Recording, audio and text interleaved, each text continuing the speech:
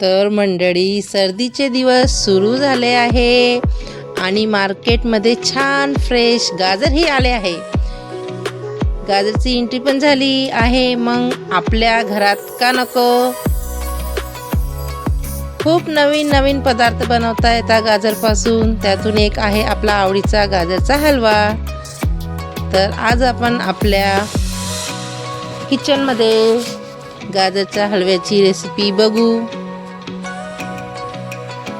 तर घरात उपलब्ध असलेल्या कमी साहित्यामध्ये पण छानपैकी मस्त दाणेदार असा हा रसरसीत आपला गाजरचा हलवा कसा तयार करता मंडळी. तर चला बघू आपल्या किचनमध्ये. आजच्या व्हिडिओमध्ये मी तुमच्याकरता घेऊन आलेली आहे खास गाजरचा हलव्याची रेसिपी.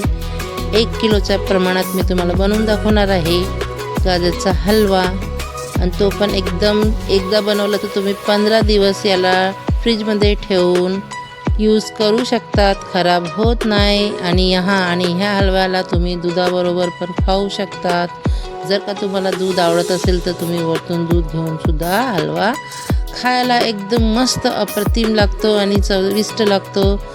तर चला मग आपल्या रेसिपीकडे वळूया आपण. तर मी घेतले 1 किलो गाजर आणि 1 किलोच्या अचूक प्रमाणात अर्धा किलो साखर. 1 किलो गाजरला अर्धा किलो साखर पुरेशी होते आणि अर्धा लिटर दूध. गाजरला छानपैकी सोलून किसून घेतले मी.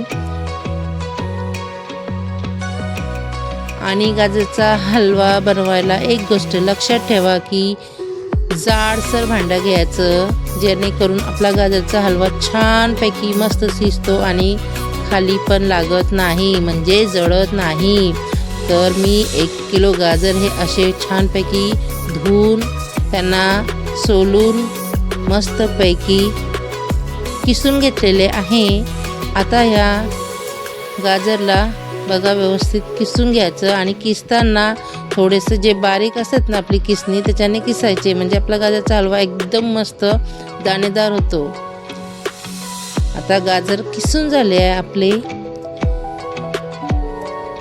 आता गाजर किसून झाल्यावर कढाईत गॅस पेटवून कढाई ठेवायची. त्यात आपले 4 चम्मच किंवा 5 चम्मच तूप टाकायचं, 2-4 वेलची दाणे टाकायचे आणि आपला किसलेला गाजर किसलेले आहे ते टाकायचे आणि छानपैकी एक वाफ घ्यायची. तर एक वाफ घेतली ना तर आपल्याला याच्यात साखर टाकायची. साखर बघा 4 वाटी साखर टाकणार आहे मी. 4 वाटी साखर म्हणजे 500 ग्राम साखर, म्हणजेच अर्धा किलो साखर होते. 1 किलो गाजरच्या हलव्याला अर्धा किलो साखर पुरेशी होते. त्याच्याबरोबरच दूध पण टाकायचं. दूध टाकताना लक्षात ठेवा, दूध नेहमी गरम करून हलव्यामध्ये टाकायचं, थंड दूध नाही घालायचं. थंड दूध जर का तुम्ही हलव्यात टाकलं ना तर ते दूध फाटणार, म्हणजे फाटण्याची शक्यता जास्त असते. तर या गोष्टीचा ही गोष्ट लक्षात ठेवायची. आता याला छानपैकी झाकून द्यायचं. 10 मिनिटात आपला हलवा शिजून तयार होतो. एकदम मस्त याच्यातलं सगळं पाणी आटून जाते आणि सगळं पाणी संपलं म्हणजे आपला गाजरचा हलवा रेडी झाला आहे. तर मस्तपैकी बघा आपला गाजरचा हलवा रेडी झाला आहे. किती मस्त झाला आहे ना. कलर पण छानपैकी सुरेख कलर आलेला आहे आपल्या गाजरचा हलव्याला. तर कसा झाला हा गाजरचा हलवा नक्की कमेंटमध्ये सांगा.